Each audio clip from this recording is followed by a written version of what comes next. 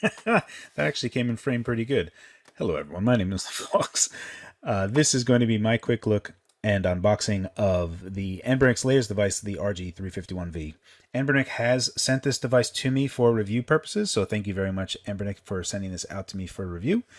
This particular video is going to be a very quick, again, it's a quick look video, so a full review of this device will be happening later.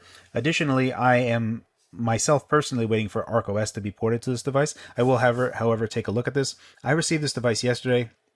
I played around with it a bit just in terms of holding it and just kind of getting a feel for it size-wise compared to insofar as the screen size comparison to the 350M, and I have some reservations about the form factor of this.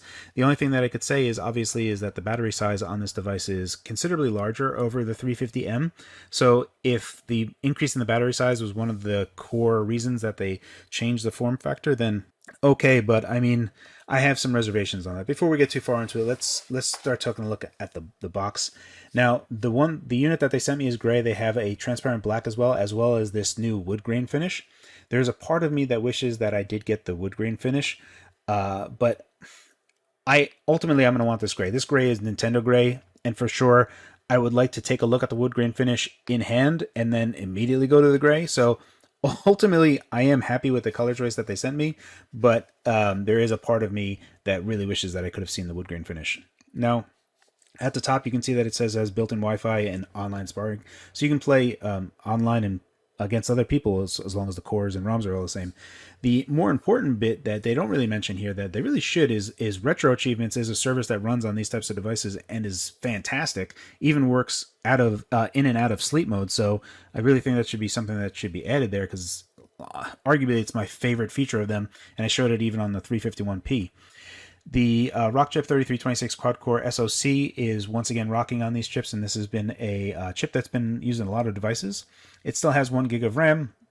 They're saying 64 gigs of memory, and that's the micro SD card. The star of the show, obviously, is the 3.5-inch IPS LCD display that is OCA, which is like a lamination type of process. Now, the battery here, you can see it says 3900 milliamp hour and lasts for 6 hours. If we take a look at the box of the 350M, you can see that the battery here, they say it's 2500 milliamp hour. So we're not twice the size of the battery, but it is a larger battery, which, again, if this is the core reason that the device has grown in size, then okay. But ultimately, I think I would have preferred the 350M form factor, because it's a lot more compact. You get an extra analog stick. I'll touch base on that more when we start doing it. And then there says support up to 256 gigs. And there's 2 micro SD slots, so ostensibly you can do 2 of those. In here is the nice little covering with the cutout so that everything is kind of nice. Now, again, I got this device yesterday. I am doing my unboxing and quick impressions now. I have not powered this device on yet. So the only thing I've done is just held the device, and it feels very Game Boy-like. And if you're nostalgic for the Game Boy, I can understand why you'd be interested in this device. Well, before I go here, let's see what else is in the box, because we got to finish the unboxing portion of it. Nothing there. They give you a USB-C cable to help charge, and they also included a screen protector. That's really nice. And they have a little pamphlet, 2 pamphlets. I don't need any of that junk. I'm actually going to put this screen protector on now.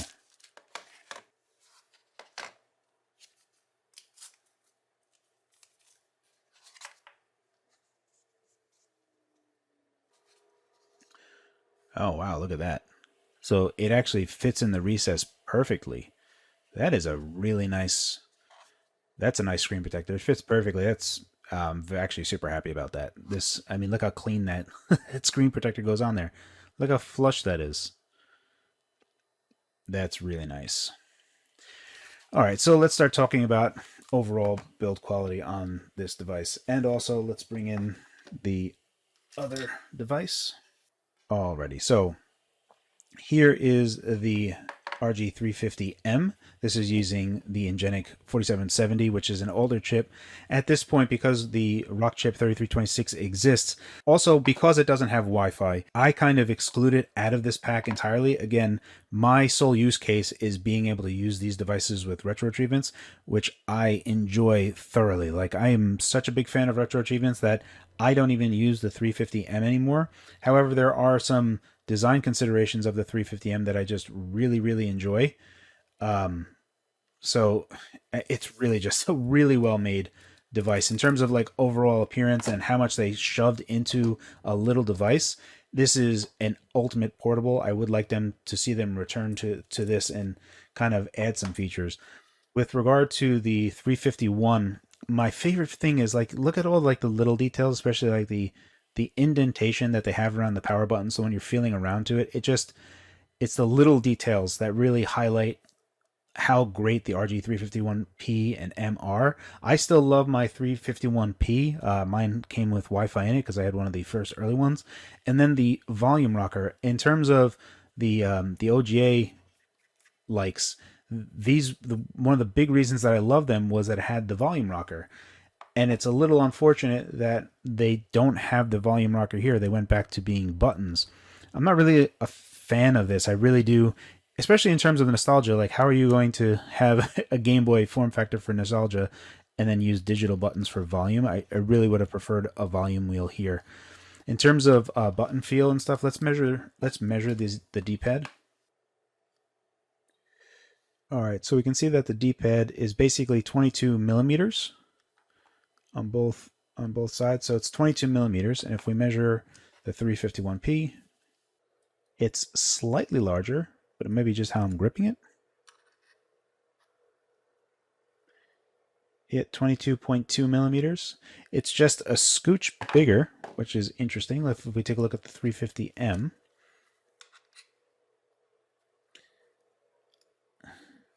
the 350M is a little bit under. This could just be manufacturing of the D-pad in such a way, or there might be small little changes. But this D-pad is like locked on to 22. If I take this, yeah, it's 21.8. Interesting. So there is some small deviation on the D-pads, just tiny deviation, nothing too large. And if we take a look at the size of the buttons, 8 millimeters on the nose. If we take a look at the button here, also 8 millimeters, but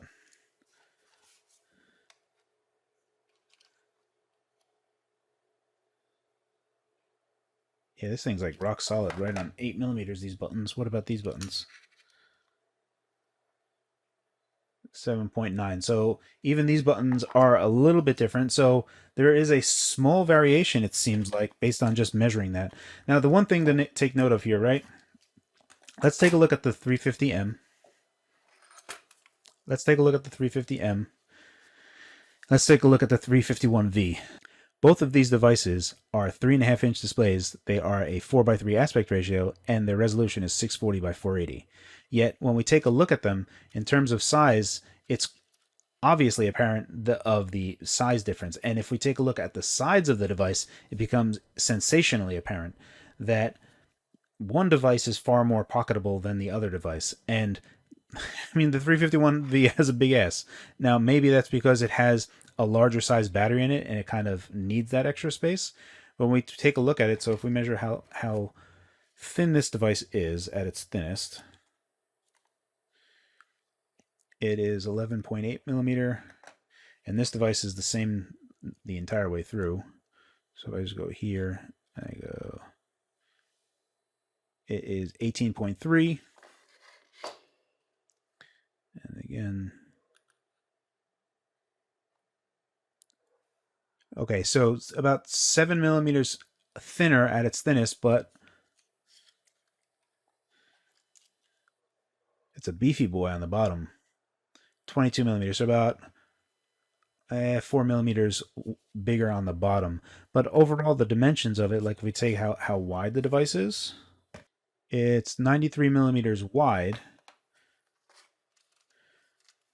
And if we just do this side, 75 millimeters, now obviously we can do it this way, but you can see that overall dimension-wise, the 350M remains more compact, has an extra analog stick, but it does have a smaller battery, but has the same screen size and same type of screen. Now, I'm not saying that this is the same exact screen as the 351V, just saying that dimension-wise, aspect ratio-wise, resolution-wise, this screen could fit in here and this screen could fit in here.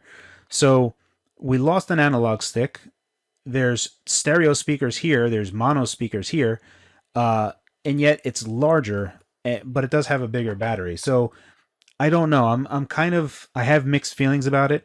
I guarantee that I'm going to be using this device a lot, especially for playing older console games with retro achievements. I enjoyed it immensely on the 351P.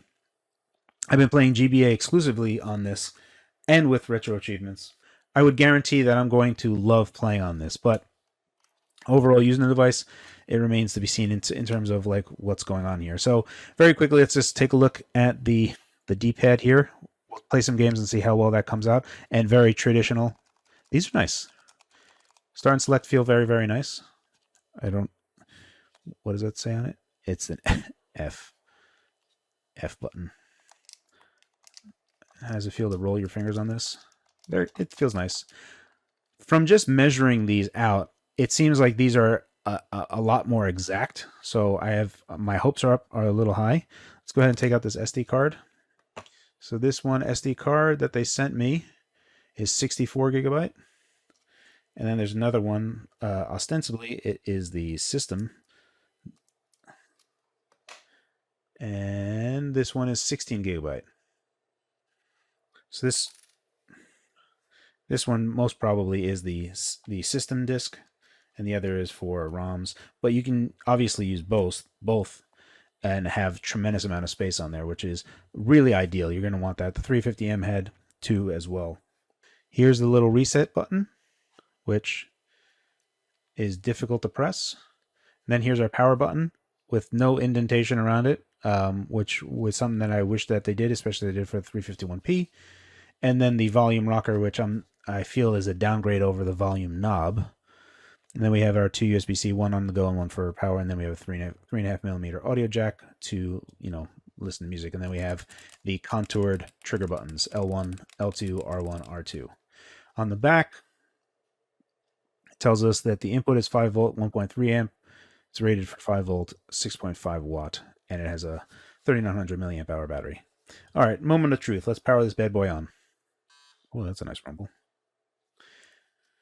So rumble is included. Good to know. This screen in person is sensationally nice. It is very nice. Goodness gracious, is it nice. Okay, so the trigger buttons are contoured in such a way that you can press the button with this pad of your index finger for like L, what does it say on here? So for like R1 and L1, ostensibly you can hit them with this part of the pad of your index finger, and then L2 and R2 you hit with the tips of your index finger, so you kind of just rest it like that. So I'm pressing both buttons. I don't know how that's going to work in practice, but we'll see, I suppose.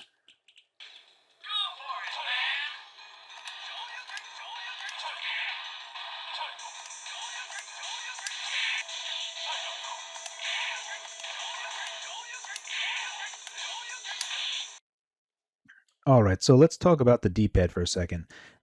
It has been the case that the previous RG351P and 351M that came in, it took a little bit for this part to break in, specifically the bottom right side of it. But as it is right now, I'm actually sight on, like just first playing with it, the D-pad is actually better in terms of being able to just use it. I'm whipping out dragon punches like it's nobody's business. So I'm having zero problem on this part of it at all. And this part has always been fine, on even on the RG351P. This side I've always had to break in, but this side has always been a little bit easier. If I had to, there's also a different feel. What I'm trying to do is trying to qualify how this feels versus the previous models. But something has been done here that this is considerably more accurate insofar as coming out of the box. I'm actually quite pleased with the D-pad on this. Anbernic does actually make very good D-pads, but obviously when we take a look at the calipers and seeing the size difference, there has been some micro tuning here, and for what it's worth, it is better. Like even just whipping out dragon punches, this is noticeable, noticeably more difficult to hit on this side versus this side on a fresh device. It actually takes a good amount of use, like a week or so, before this actually starts to like just wear in. But right now, almost immediately, that's working out for me just fine. Button wise, using these triggers, I'm really not the biggest fan of them. Also, the button layout for some of the stuff that's going on here. In terms of how they've arranged the buttons. Again, I'm still waiting for ArcOS to have a more cohesive and unified system overall. So that's something that I'm waiting for. But if we're just talking about just the D-pad function of this, I'm very, very happy with it. I'm going to try to use the analog stick. All right, so emulation of N64 aside, this is obviously going to be one of the better games to be testing an analog stick with. And we'll see how well it goes if we're just kind of micro push it. And he does tiptoe. Okay, that is an appropriate button. I can kind of see the point of just having a singular analog stick, especially when thinking about what types of games are playable on the Rockchip 3326 SoC. So we have, a good amount of N64 emulation aside, and then Dreamcast, which had a singular analog stick as well. There are some PlayStation 1 games that used analog stick, but they were kind of few and far between and not really super necessary, especially because it was like more of an add-on controller and not everyone had one. So ostensibly this is fine, but then you get into the custom ports and ports of games that could come over that are like PC games coming over to this device, and then that's one area that you would really want to see a second analog stick. But if we just think about emulation alone, a single analog stick is fine. So a bit interesting, but that's pretty much it on analog stick. All right, so the other thing that's worth pointing out here, I actually had to look this up on the manual. If you press down L3 and press the function button, this will bring up the RetroArch menu in a lot of different cases. Anywho, worthwhile to know now, but ArcOS is definitely where it's going to be. If we go ahead and take a look at some different scaling options that we have here. All right, so we can do integer scale. Let's see how that looks.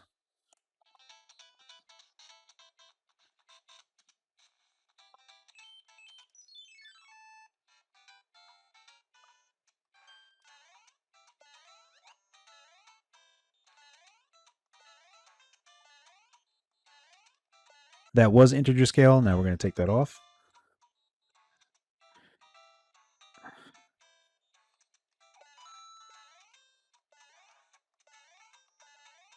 I don't know if it's just my eyes. So I prefer with integer scaling off. And we can see bilinear filtering. That just looks terrible. No. Alrighty, let's take a look at some more crunchy pixels. Fun fact about Chrono Trigger. Chrono Trigger was the first JRPG I ever played ever. It looks really good. It looks sensationally good. I don't know if I'm actually being able to capture this through my camera. But having a proper 4x3 display, and especially at that resolution, it's coming through quite nice.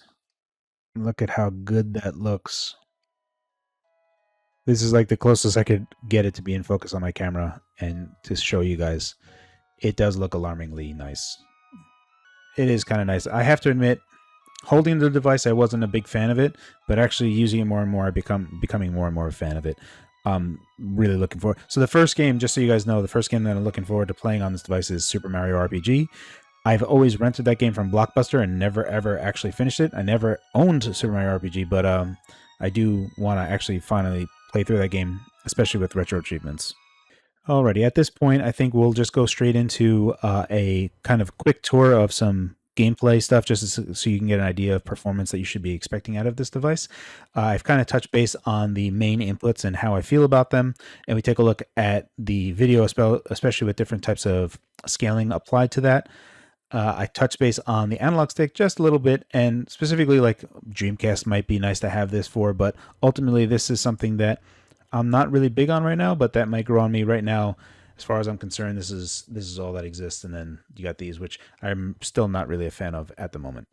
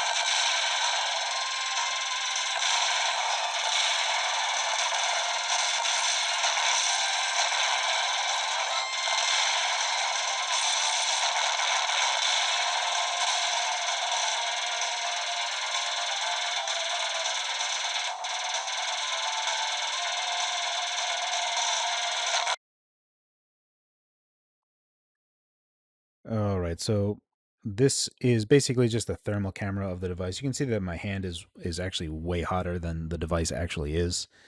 Most of the heat seems to be from the display itself, and it's nothing. Like, if you take a look at the inside of my hand, the inside of my hand is basically the same temperature as the screen. We have high temps on the back. Yep, it is actually warm right there. It is indeed warm right there. But it's not like terrible. Like, again, my hand is 32 degrees Celsius, 33 degrees Celsius, and most of the heat is pretty much right here where your hand never is. And then here on the back is it's less warm than the hand is. And then along on the, hey, look at that. That person was right. The SD cards do get a little warm, which is interesting to see. I don't know why that is. I mean, when I feel them, I don't really notice it when I have my hand there. I don't notice any warmth whatsoever, but it is indeed warmer. That's pretty interesting. Well, I think I'm just going to kind of cut it off with me looking at the thermal camera footage of this particular device. This is going to be the end of my quick look on the RG351v. I'm going to wait for ArcOS, honestly, before I do the full review on this particular device. So once ArcOS comes out, I'll take a look at it. I am personally really considering just waiting on ArcOS to even play games on this. We'll see. I might fire up Super Mario RPG if I can get retro achievements running right now. So we'll see. As of right now, the D-pad is excellent. Face buttons are excellent. I do enjoy this select and start. The display is amazing on this device. In my review, I'll have some more, I'll try to get some more sexy shots of those. And then obviously you still have the two micro SD slots right there and a lot of space that Anbernic gives you.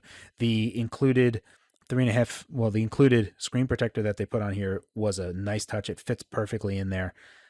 Overall, it's a fantastic device. It's just that I have some reservations about a few different features. I would have preferred it to be a regular slate candy bar form factor rather than this Game Boy form factor, but that's how I feel right now. I will see how I feel when the full review comes. As always, guys, thank you for your time, and thanks for watching.